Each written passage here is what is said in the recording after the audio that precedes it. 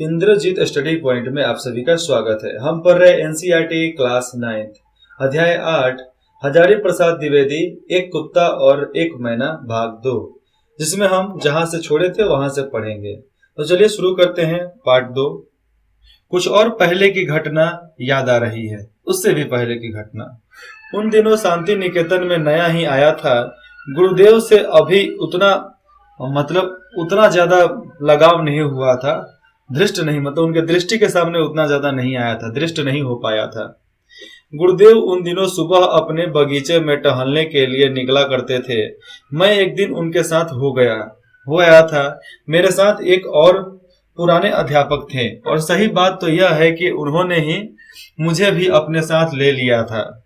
गुरुदेव एक एक फूल पत्ते को ध्यान से देखते हुए अपने बगीचे में टहल रहे थे, और युक्त अध्यापक महाशय जो थे वहां पे पुराने अध्यापक से बात किए जा रहे थे। मैं चुपचाप सुनता था। गुरुदेव ने बातचीत के सिलसिले में एक बार कहा, अच्छा साहब, आश्रम के कौवे आश्रय के कौवे क्या हो गए हो, किधर गए हो, कहाँ गए? उनकी आवाज सुनाई नहीं देती। न तो मेरे साथी और न अध्यापक महाशय को यह खबर थी, न मुझे ही। पता ही नहीं चलता था कि कौवा है सब कि नहीं है। बाद में मैंने लक्ष्य किया कि सचमुच इन दिनों से, मतलब कई दिनों से आश्रम में कौवे नहीं दिख रहे थे। मैंने तब तक कौवों को सर्वव्यापक पक्षी की दृष्टि से नहीं समझा था। ठीक है। अचानक उस दिन मालूम हुआ कि ये भले आदमी भी कभी कभी प्रवास को चले जाते हैं। ये कौवे भी कभी कभी प्रवास को चले जाते हैं, एक जगह को छोड़कर दूसरी जगह चले जाते हैं, काका मौसी कौवा के पास चले जाने को बाध्य हो जाते हैं। एक लेखक ने कौवे की आधुनिक साहित्यों से उपमा दी है। उपमा मतलब क्या है, कुछ उस पर लाइन लिखा है, वाक्य बनाए हैं, एक कहानी जैसा गढ़े हैं, क्योंकि इनका मोटो है। मोटो मतलब क्या, इनका उद्देश्य है मिस्चिक फिर मिस्चिफ सेव। इसका मतलब होता है शरारत के लिए ही शरारत। तो क्या कौवे का प्रवास भी किसी शरारत के उद्देश्य से ही था? प्रायः एक सप्ताह के बाद बहुत कौवे दिखाई दिए। एक दूसरी बार मैं सवेरे गुरुदेव के पास उपस्थित था। उस समय एक लंगड़ी मैना फुदक रही थी। मैना का टांग टूटा था, वो फुदक रही थी। गुरुदेव ने कहा, देखते हो यह थूथ भ्रष्ट, मतलब ये जो लंगड़ा रही है रोज फुदकती है। ठीक यही आकर वो फुदकती है, कूदती है। मुझे इसकी चाल में एक करुणा भाव दिखाई देता है। गुरुदेव ने अगर कह न दिया होता तो मुझे उसका करुणा भाव एकदम नहीं दिखता था, लेकिन गुरुदेव ने कहा तो हाँ भैया, करुणा भाव होगा। मेरा अनुमान था कि मैना जो मैनी है, मैना करुणा भाव दिखाने वाली पक्षी है ही नहीं। वो मानते थे, शिष्य जो था, कि करुणा भाव मैना नहीं दिखा सकती, वह दूसरों पर अनुकंप ही दिखाया करती है।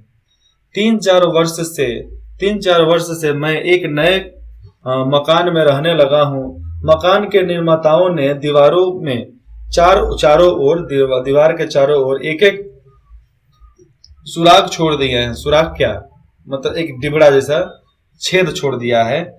यह कोई आधुनिक वैज्ञानिक खतरे का समाधान होगा। एक खुराक छोड़ा जाता था। मिट्टी के घर में भी खिड़की छोड़े जाते थे कि वहां से हवा आते जाते रहेगा। एक छेद भी छोड़ा जाता था, और दिया जलाने के लिए एक अलग से डिबड़ी भी बनता था उसमें, जिसको क्या बोलते थे हमको याद नहीं आ रहा है। हाँ, याद आया, दियरखा बोलते थे उसको। तो दियरखा वहां पर हुआ करता था हर घर में, 2-3-4 तो दियरखा मिल ही जाता था। यह कोई आधुनिक वैज्ञानिक खतरे से बचने का हो सकता था, लेकिन उजाला करने के लिए वहां पर दियरा बनाना पड़ता था। सो एक महीना दंपति नियमित भाव से प्रति वर्ष यही गृहस्थी जमाया करती थी, यही रहती थी। तिनके और चिथरों, तिनके और चिथरों का अंबार लगा देती है, और तिनके और चिथरों को उठा उठा कर यहाँ पर लगा देती है। अंबार मतलब बड़ा सा ढेर। भले मानस गोबर, भले मानस गोबर के टुकड़े तक ले आना भी नहीं भूलती, गोबर के टुकड़े भी लाती थी। हैरान होकर यह सुराखों में ईंट भर देते हैं, मतलब जो छेद हुआ करता था उस छेद में ईंट भर देते थे कि वो नहीं जा पाएगी, परंतु वह खाली बची जगह का भी उपयोग कर लेती थी। खाली जहां बचता था वहां पर भी डाल देती थी। पति पत्नी जब कोई एक तिनका लेकर सुराखा में रखते हैं, मतलब दो चिड़िया, तो उनके भाव देखने लायक होते हैं। पति पत्नी कौन? वो लेखक और उनकी पत्नी जब सुराखे में तिनका लेकर रखते हैं तो उनका हाव भाव देखने लायक था। किसका? मैनी का, मैना का। ठीक है, मैना को मैनी मैना दो होते हैं, पकाकर खाते भी हैं बहुत लोग, अलग बात है उसको। फिर देखो आगे, आगे लिखा है, एक तिनका ले आई तो फिर एक पैर पर खड़ी होकर जरा पंखों को फटकार दिया, पंखों को झाड़ दिया, चोंच को अपने ही पैरों से साफ कर लिया और नाना प्रकार के मधुर और विजयोदसी वाणी में गाना शुरू कर दिया। मतलब मैना मैनी पति पत्नी जो थे वो लोग तिनका रखते थे, और तिनका रख के अपने पाँव को साफ कर लेते थे, अपने पैर से अपने चोंच को साफ कर लेते थे। हम लोगों की तो उन्हें कोई परवाह ही नहीं रहती। अचानक इसी समय अगर पति देवता भी कोई कागज या गोबर का टुकड़ा लेकर उपस्थित हुआ तब तो क्या कहना। दोनों ने नाच गान और आनंद नृत्य से सारा मकान मुखरित हो उठता था। मतलब मुखरित क्या, हल्ला हो उठता था, पूरा ची ची ची ची ची ची का आवाज होने लगता था। मतलब एकदम घर लगता था कि चिड़िया खाना हो गया है, इतना खुश हो जाते थे, चारों तरफ घूमते थे। हमारे गांव के बगल में, मेरे घर के बगल में एक घर है, मेरे घर के बगल में एक घर है पटीदार, तो वहां पर चिड़िया अक्सर आती और रहती थी। तो वहां पर सीलिंग फैन चलता था छत वाला, लेकिन वो लोग सीलिंग फैन बंद कर देते थे कि चिड़िया को लग ना जाए, इसलिए वहां पर स्टैंड फैन चलता था, स्टैंड वाला। हमारे नाना जी के घर भी सीलिंग फैन था, तो हम लोग बंद करते थे कि चिड़िया को लग ना जाए। तो वहां पर बड़ा वाला स्टैंड फैन चलाते थे कि उससे हवा लगेगा, और उसी के नीचे रहते थे हम लोग। और चिड़िया चाय चाय चाय चाय, सुबह 6 बजे आप नहीं उठो ना तो चिड़िया आपको ठोक ठोक कर उठा देगी, उठो उठ उठ भाग यहाँ से, तो ऐसे मार के भगा देगी सब वहां से आपको, नहीं उठते हो तो। लेकिन आप हिल गए तो आपके पास आएगी भी नहीं, इतना होशियार होते थे सब। इसके बाद ही पत्नी देवी जरा हम लोगों की ओर मुखातिब होकर लापरवाही भरी अदा से कुछ बोल देती, और वह हम लोग की तरफ करके कुछ चू चू चू चू कर देती। उसके बाद से पति देवता भी मानो मुस्कुरा कर हमारी ओर देखते, और मैना भी हमारी तरफ मुस्कुरा कर देखता, कुछ रिमार्क करते और मुंह फेर लेते। और पक्षी की भाषा तो मैं नहीं जानता, पर मेरा निश्चय विश्वास होगा कि कुछ इस तरह की बातें हो जाया करती थी। कैसे? पत्नी, ये लोग यहाँ कैसे आ गए जी? पति बोलता था, बेचारे आ गए हैं तो रह जाने दो, क्या कर लेंगे। फिर पत्नी, लेकिन फिर भी इनको इतना तो ख्याल होना चाहिए कि यह हमारा प्राइवेट घर है। चिड़िया बात कर रहे हैं पति पत्नी। फिर पति बोलता है, आदमी जो है इतनी अकल कहाँ है इनके पास। फिर पत्नी, जाने भी दो, देखते हैं क्या करते हैं। फिर पति, और क्या देखते हैं, सो होने दो। सो इस प्रकार के मैना अपनी करुणा से, मतलब अपने प्रेमिका से, अपने पत्नी से बात करता होगा, यह मेरे विश्वास ही नहीं था। गुरुदेव की बात पर मैंने ध्यान से देखा तो मालूम हुआ कि सचमुच ही उनके मुख पर एक करुणा भाव है, वो एक मुस्कुराती भी हैं। बाद में समझ में आया जब उसके लिए शिक्षा मिला तब। शायद यह विधुर पति था। क्या था? विधुर पति था, होशियार, जो पिछले स्वयंवर सभा के युद्ध में आहत और परास्त हो गया था। मतलब पिछले जन्म की जो हुआ था ना स्वयंवर, उसमें हार गया था। यह विधवा पत्नी है जो पिछले बिछाल के आक्रमण के समय पति को खोकर युद्ध में ईर्षा चोट खाकर एकांत विहार कर रही है। हाय, क्यों इसकी ऐसी दशा है। शायद इसी मैना को लक्ष्य करके गुरुदेव ने बाद में एक कविता लिखी थी। इसके कुछ अंश का सार इस प्रकार है। कैसे है? उस मैना को क्या हो गया है यही सोचता हूँ। क्यों वह दल से अलग होकर अकेले रहती है। पिछले दिन देखा, सिमर के पेड़ के नीचे मेरे बगीचे में जान पड़ा जैसे कि पैर से लंगड़ा रही हो। इसके बाद उसे रोज सवेरे देखता हूँ, संगीतहीन होकर कीड़ों का शिकार करती फिरती है। चढ़ जाती है बरामदे में आकर नाच कर चहलकदमी मचाया करती है, बहुत हल्ला गुल्ला करती है। इससे जरा भी नहीं डरती किसी से, मुझसे भी ज्यादा थोड़ा सा भी नहीं डरती। ऐसी दशा इसकी समाज के किस दंड पर उसे निर्वासन मिला है। मतलब किस समाज में वो कौन सा दंड गलती की है जिसके वजह से उसको ये दंड मिला है। दल के किस अविचार पर उसने मान लिया है कि कुछ ही दूर पर और मैनाएं बैठ झुक रही है। वो मान लिया कि कुछ ही दूर पर कुछ अलग भी मैनाएं झुक झाक कर बैठी हुई है। घास पर उछल कूद रही है, उड़ती फिरती है सिरिस वृक्ष की शाखाओं पर। और सिरिस का एक पेड़ होता है, उस पर भी, उसके शाखाओं पर, डालियों पर। इस बेचारी को ऐसा कुछ भी शौक नहीं है। इसके जीवन में कहाँ गांठ पड़ी है, यही सोच रहा हूँ। मतलब कौन से रुकावट है जिसके वजह से ये बाकी चिड़ियों को जैसा घूम घाम नहीं सकती है। सवेरे की धूप में मानो सहज मन से आहार चुगती हुई झरे हुए पत्तों पर कूदती फिरती है सारा दिन। मतलब सुबह खाना खाकर जो पत्ता गिरता है पेड़ से, उस पर कूदते रहती है पूरा दिन। किसी के ऊपर इसका कुछ अभियोग है, यह बात बिल्कुल नहीं जान पड़ती। मतलब उस पत्ते से चाहे किसी के ऊपर झूलती है, कूदती है, नाचती है, उससे कुछ दुश्मनी है, ये नहीं मालूम हो पाता, ये नहीं जान पाते।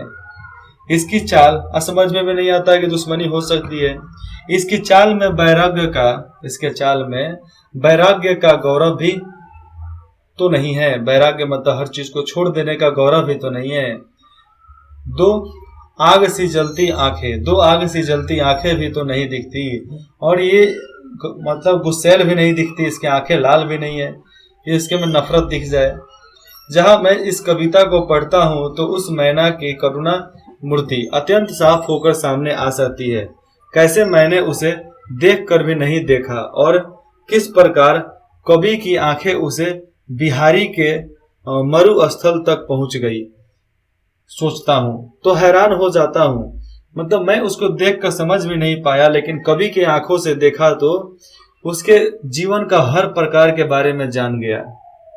एक दिन वह मैना उड़ गई। स्वयंकाल कवि ने उसे नहीं देखा। मतलब सांझ तक उसको कवि ने नहीं देखा। जब वह अकेले जाया करती है उस डाल के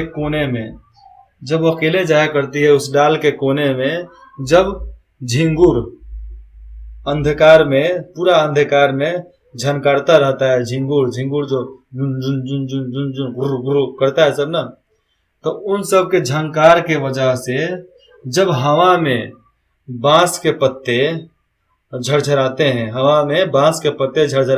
हैं, पेड़ों की फांक से पुकारा करता है क्या हवा। नींद तोड़ने पेड़ जब टकराता है और पत्ता झरझराता है तो कैसा लगता है? एकदम लगता है कि वो भूत चुड़ैल पिचासीन आ गया। नींद तोड़ने वाला संध्या तारा कितना करुणा है, उसका गायब हो जाना। अब वो गायब हो जा रहा है। जो संध्या तारा थी हमारे घर में चिड़िया, वो अब गायब हो गई है, तो नींद कैसे लगेगी? मतलब जिसके वजह से हम सुबह जगते थे, जिसके वजह से हम ठीक से सोते थे, जिसके वजह से मोहब्बत की गीत आती थी, जिसके वजह से हम गीत गाते थे, जिसके वजह से गीत गुनगुनाते थे, जिसके वजह से हम मधुर भाव को रखते थे, अब वो नहीं है तो कैसा अनुभव हो सकता है? आप सोच सकते हैं ना। इससे अभिप्राय आपका स्पष्ट हो जाता है। प्रश्न अभ्यास। किसी चीज से लगाव हो जाता है ना, तो उसके बिछड़ने पर बहुत दुख होता है बाबा, चाहे वो सामान ही क्यों ना हो, पक्षी ही क्यों ना हो, इंसान ही क्यों ना हो। अक्सर आप देखते हो जिस लड़के से आप ज्यादा मोहब्बत करते हो ना, ज्यादा लगाव करते हो, रखते हो, साला सबसे ज्यादा धोखा वही देता है। इसलिए मत रखो किसी से लगाव रखो तो अपने आप से रखो, अपने पढ़ाई से रखो। अपने आप से रखोगे, बिछड़ भी जाओगे तो तुमको कोई फर्क नहीं पड़ेगा, और अपने पढ़ाई से रखोगे तो किताब को भी बिछड़ जाने पर भी उसका ज्ञान आपके मन में रहेगा, तो कोई अंतर नहीं पड़ेगा। 1. गुरुदेव ने शांति निकेतन छोड़ कहीं और रहने का मन क्यों बनाया? 2 नंबर, मुख प्रेमी मनुष्य से कम संवेदनशील नहीं होते, पाठ के आधार पर स्पष्ट कीजिए। जो जीव बोल नहीं पाते, जो प्राणी बोल नहीं पाते, वे भी संवेदनशील नहीं होते। इसका मतलब इस पाठ से उसके आधार के बारे में स्पष्ट करना है, स्पष्टीकरण देना है। गुरुदेव द्वारा मैना को लक्ष्य करके लिखी कविता के मर्ग को लेखक कब समझ पाया? 4 नंबर, प्रस्तुतः पाठ एक निबंध है। निबंध गद्य साहित्य की उत्कृष्ट विद्या है। उनमें लेखन अपने भावों पर विचारों को कलात्मक और तालितपूर्णक शैली में अभिव्यक्त करता है। इस निबंध में उपयोगकर्ता विशेषताएं कहाँ करती है, किन्हीं 4 का उल्लेख करती हैं, किन्हीं 4 प्रकार का उल्लेख करती है। आगे का ये खत्म होता है। आप इसमें केवल ये शब्दार्थ जो है, शब्द संपदा, इसके बारे में आप जरूर पढ़ना। छिन्न वसु, दुबला पतला, कमजोर शरीर, इसका आप ध्यान रखना। और हाँ, इसका ध्यान रखते हुए भी आप कोशिश करना कि हाँ, कुछ नया सीखने को मिला कि नहीं मिला। इसके आगे का चाहिए तो आप कमेंट करके बता सकते हैं। अगर आप कमेंट करते हैं तो आगे का हम इसको प्रोवाइड कराएंगे, नहीं तो आगे का चैप्टर यहाँ पर हम लॉक करते हैं। आप जैसे कमेंट करोगे आगे का चैप्टर आपको दे दिया जाएगा, अपलोड कर दिया जाएगा और लिंक आपको सबमिट कर दिया जाएगा। इंद्रजीत स्टडी पॉइंट में जुड़ने के लिए आप सभी का बहुत बहुत धन्यवाद।